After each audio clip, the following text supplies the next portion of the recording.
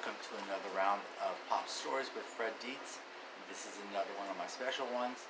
This is still another part of the Dragon series, and this one's called The Dragon Astronaut. Isaiah had always liked the night. Mind you, he liked to feel the warm sun on his wings. He liked flying just above the water in bright sunlight. But there was something magical about the night. Often his father or his mother or one of his many brothers and sisters would find him lying on the ground under the stars long after he should have been in bed. There were times his father or mother or one of his many brothers and sisters were sent to find him who would lie down on the ground next to him. At those times, Isaiah would talk about the greatest adventure he can imagine, being up amongst the stars. He would tell whomever would listen that he could see himself flying between the earth and the moon. Each night, he would start the adventure. Each night, he would fly as high as he could until he heard the voice of his father or mother or one of his many brothers and sisters gently called to him to come back to earth. Each time it seemed to him that he flew higher. Each time his father, mother, or one of his many brothers and sisters flew higher to call him home. Then came the horrible, terrible night when he flew no higher than the night before.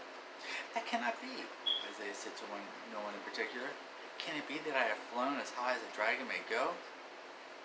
He looked up at the moon. It was still so far away. That night, Isaiah did not get very much sleep as he turned over and over and over in his bed. The morning light found him draped half in his bed and half on the floor.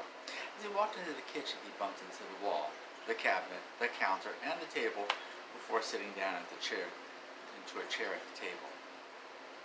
It looks like someone is still sleepy, said his mother.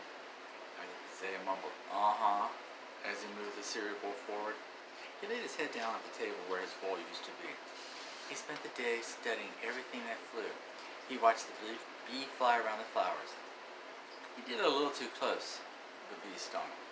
He watched all kinds of birds fly about the sky that day. He watched the hummingbird jet from flower to flower. He saw a robin, a blue jay, and a crow fly about that morning. He even watched his brothers, Aaron and Joshua, as they played rock ball catch. "That's it," he yelled. He had an idea. He began to smile. He would have Aaron and Joshua fly as high as they could. Then he would have them throw him. Yes, this was a great idea. What could go wrong? That night, Aaron, Joshua, and Isaiah decided to sneak out of the house. Quietly, as quietly as dragons could, they walked past their parents' room. They walked past the 4 rooms of sleeping sisters. They wove a pattern as they walked through the dining room, the kitchen, and out the back door. Isaiah explained his plan to his brothers. Aaron nodded his head in agreement. Joshua nodded his head in agreement. All 3 launched into the sky for that is what dragons do. They flew as high as Isaiah could fly. Then Joshua carried Isaiah as high as he could fly. Then Aaron carried Isaiah as high as he could fly. The 2 were high above the ground. They were high above the mountain. That was their home. At that great height, Aaron could fly no more. He threw Isaiah like a giant rock high into the sky. And like a giant rock, Isaiah fell from the sky. Instead of reaching the moon, Isaiah started to fall. He fell faster and faster through the night sky. He spun and tumbled over his wings as he neared the ground. Aaron and Joshua caught him from behind. All 3 shook their heads as they hovered. "Good catch," said Father Dragon as he came out of the shadow. The 3 older dragons sat down on the ground. Isaiah found it better to lie down. "So," began Father Dragon, "what were the 3 of you trying to do?" "Don't get mad at Aaron and Joshua," said Isaiah as he sat up. I asked for their help as I tried to reach the moon." "Oh ho," began Father Dragon. "The moon?" "Yes, that would be quite an adventure." He turned his head to look at the moon. "And what would you have done if you had made it to the moon?" Isaiah bolted straight to his feet. "I would jump and fly about the moon. I would plant this flag on the moon." He pulled out a large white bedsheet. On it he had painted a family picture. Father, Aaron, and Joshua looked at the flag, for that is what Isaiah meant it to be. All 3 nodded their heads. Father Dragon placed his hand on his belly. "I have found that I do my best thinking while munching on some of Mother Dragon's cookies." He led the 3 brothers into the kitchen. Father Dragon found some cookies that had been hiding on top of the cupboard. The cookies versus the 3 brothers and a father No contest. The cookies were defeated. Father Dragon looked in the refrigerator, well, the dragon version of the refrigerator, to see what new challenges awaited his stomach. Soon he had several dishes on the table.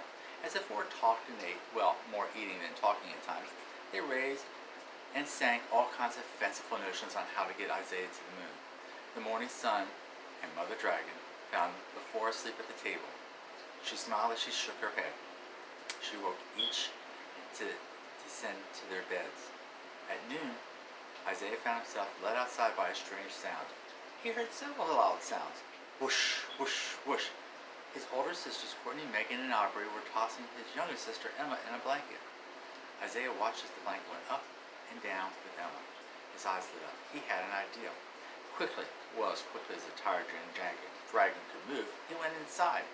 He started to gather blanket after blanket. Soon, he had a large pile. Mother Dragon looked in amazement. Surely, there was a pile of blankets walking by themselves. Mom, called a muffled voice. Yes, she replied, more than a bit of bewilderment in her voice to the moving pile of blankets. Isaiah dropped the blankets. It's me. Yes, I see you now that you are not covered by all the blankets. What are you going to do with all the blankets? His mother asked. Isaiah jumped up on a chair. He whispered his plan to her. As he did, it is not certain what she thought about the whole idea. In the end, she nodded her head, shrugged her shoulders, and sighed. She started on the list of Isaiah's projects, of which we do not have time to note, for it would require many, many hours. That night, the whole dragon family gathered in front of their home to see Isaiah's latest attempt. To the sound of Aaron and Joshua playing drums, Isaiah carried out his latest creation. Aaron and Joshua put down their drums. They held out the blankets for what was part of the creation. Tied to the blanket were many long strings. The many long strings were tied to a chair. The three brothers began to blow into the collection of blankets until a big ball of fire started to rise. Quickly, Isaiah sat in the chair. The ball started to go up, as did the chair holding Isaiah. As the ball went up into the air, all the dragon family flew with Isaiah.